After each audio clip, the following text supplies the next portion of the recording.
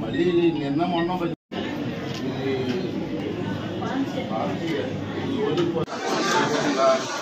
అది కూడా వ్యాన్ పెట్టాం రోజుగా 500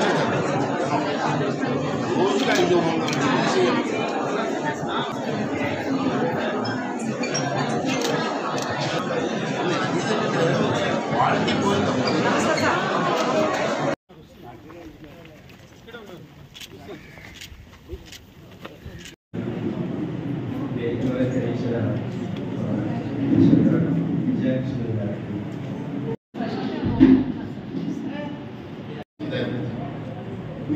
మాట్లాడుకుంటూ తెప్పిస్తాం అంటే ఇక్కడ హాస్పిటల్ నా మానస పుత్రిక అంటాం హాస్పిటల్.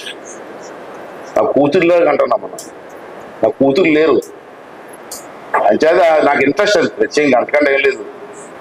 మీరు కోఆపరేట్ చేయడం మంచిదంటే ఇది చాలా అదృష్టమైన పోస్ట్ మీది. నాకు సేవ చేస్తాం కానీ మీ అంత లో ఆరోగ్య విషయంలో మీరు చేసే సేవ చిన్న విషయం కాదు. మీకు భగవంతుడికి అదృష్టం అది.